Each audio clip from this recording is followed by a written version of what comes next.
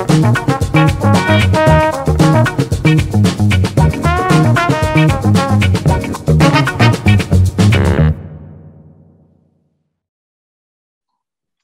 everybody, welcome once again to another installment of our Bigger Picture Show interview series, where we talk to local artists about their contribution to this year's Bigger Picture Show, a gallery-style poster show where indie's best designers and illustrators reimagine classic film posters, all to benefit Indie Film Fest and sponsored, of course, by Lodge Design.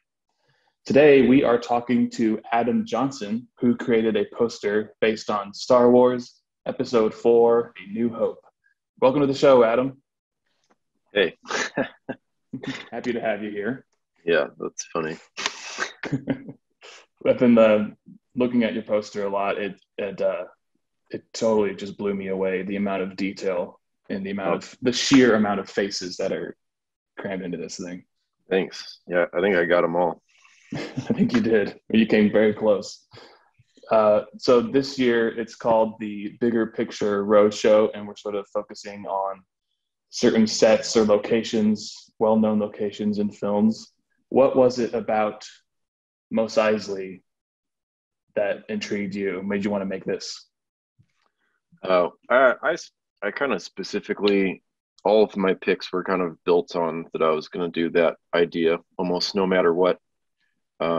It's kind of, I don't know, I've been exploring it a lot more just in like my sketchbook and just various other things I've done. Just this kind of, I don't know, it's sort of like a Where's Waldo. But I'm real into intricacies and like over detail. So I kind of figured based off of the subject that everyone would do kind of knock off national park posters or like I don't know. I just kind of wanted to do something unexpected, I guess. Yeah. And so previous to knowing which one I was going to get, I was sure I was going to do that for whatever movie I ended up with. Just like 100 different portraits of different characters from the film. Yeah. I mean, and I think Star Wars was my first pick. And my primary reason for that was just I thought all of the monsters and, garbage can robots would be fun to draw. Totally. But, I also expected it should probably sell right away on account of that too. And then that'd be a feather in my cap as well. Oh, yeah. So, I mean, this would be something anyone who's even a fan of Star Wars would love to have. I'm a fan myself, and I can spend hours looking at this thing. I also, I noticed you threw in a few extra characters in here. Noticed that, did you? I might have. How many did you find? Well, 1, 2, 3. There's a exact number of them. Well, I'm gonna go with, how close am I with 4? You're extremely close. Well, we'll maybe we can let others try to find them for themselves. Yeah, there's 5 of them in there. Okay. I was originally just gonna do 1, but then I was running out of space, or like, because there was a finite amount of characters to go with, and I just thought it would be a laugh to put some Star Trek characters in there, and then Well, I mean, it's a bar where a lot of people go to when they're traveling. Yeah, prove that they weren't there. Yeah, I dare you. Q from Star Trek very well likely was there. Yeah, at some point. Did you set out when making this? Was there any particular feeling or style or anything that you were trying to capture with the final product? No, not really. I mean, I've been doing this in my, I don't know, where's my, like, I haven't really done much with my sketchbook in a while, but so I was doing like, here's a bunch of Dwights. Like, I was like detailing stuff that I was like watching each week. So Yeah. it the style was kind of just based off of my own personal style, and then I'd been monkeying with this for a while. I think even my second poster for you guys kind of had a similar feel to this, with just the like mounds of animals for Ace Ventura. Oh, yeah, okay. So I don't know. I'm kind of just starting to really lean into this. Nice. All right. So I guess one stylistic thing about it that is probably pretty clear is like I wanted it to be real muted colors, and just feature one color, which I wrestled with it being orange or green, or having both orange or green. But I thought the full color would make it look too messy. So yeah, that's a good point. That's something I didn't exactly notice at first, but you're right. It is pretty subdued color palette, but just the little splashes of orange throughout, I think, are a nice touch. well, I needed a color in it just to help separate some things out. Yeah. So yeah, I was really wrestling between Greedo being green or Greedo having an orange vest, and so yeah, it all came down to Greedo. Almost. Yeah, probably. Yeah, I honestly I think, well, the other one was probably Boba Fett, because like of course, I don't know, there's just a lot of green and orange in Star Wars. Yeah. So It's almost like the Boba Fett color palette, that sort of army green and orange. yeah.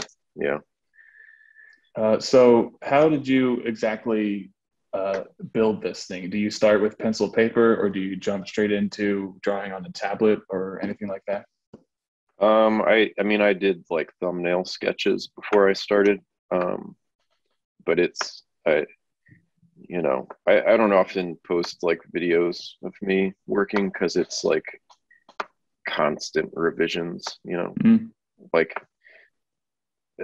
lots of these guys I'd drawn like several times and erased them and moved them somewhere else. So it really was like puzzling it together. Like I'd like sketch in where they would go, and then kind of make sure everything fit, and then start, and then find out it didn't fit. So yeah, and I like I used like 3D tool in Illustrator to make the 3D letters, and then I dragged them into my tablet and kind of built it around where they were going to lay, and like how much I could overlap them and still make them legible.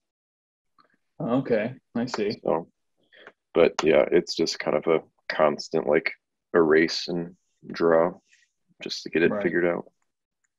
Building it up piece by piece. Yeah. Do you have for any up and coming artists out there? Is there any one tip or piece of advice you might like to give them if they see this and they think they want to reach this level? I mean, my thing is always that you should never be satisfied.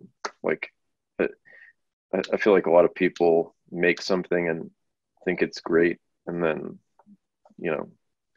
they're happy with it. But I don't think you should be ever be happy with what you made for very long. You should always be trying to make something better than the last thing. And if you are, then you should probably examine if you're stagnating or not. Yeah, I like that. That's a good point. Always, I always think there's always room for improvement, and it's sort of harder determining just when to stop and to say this is finished.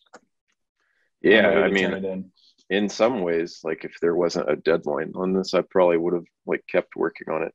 I actually almost even emailed once it got postponed to see if I could make some more revisions. Yeah, I had the same thing with the poster I submitted. It's like, well, hey, now that we're delaying this a little, you think we could get back in there? And which one did you do? I did one based on the lighthouse.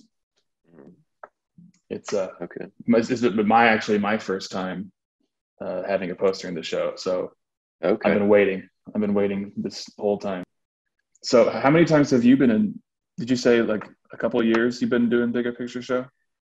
I think this is my fourth one. Fourth. Yeah. Uh, if you had to say, like, what would you say is your favorite thing about Bigger Picture Show? Uh, I I like that it's like a community event. I like I don't know.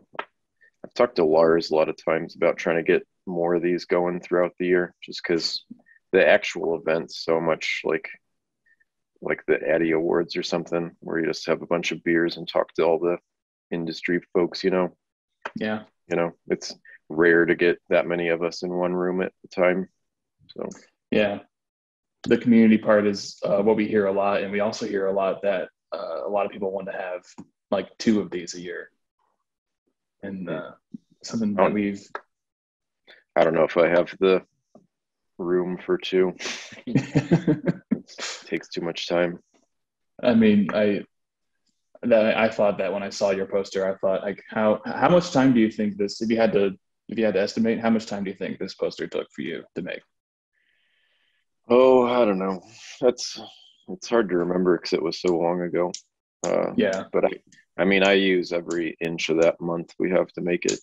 You know, Mm, gotcha. so, yeah, Cool. it's yeah, As much time as possible that you can squeeze into those once we oh get yeah, the once you get the selection back.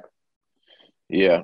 Like almost as soon. Oftentimes, I've like thumbnailed it out before I even get them back, just so that I'm like ready to go. Because Yeah, I don't know. that's It a good really, strategy.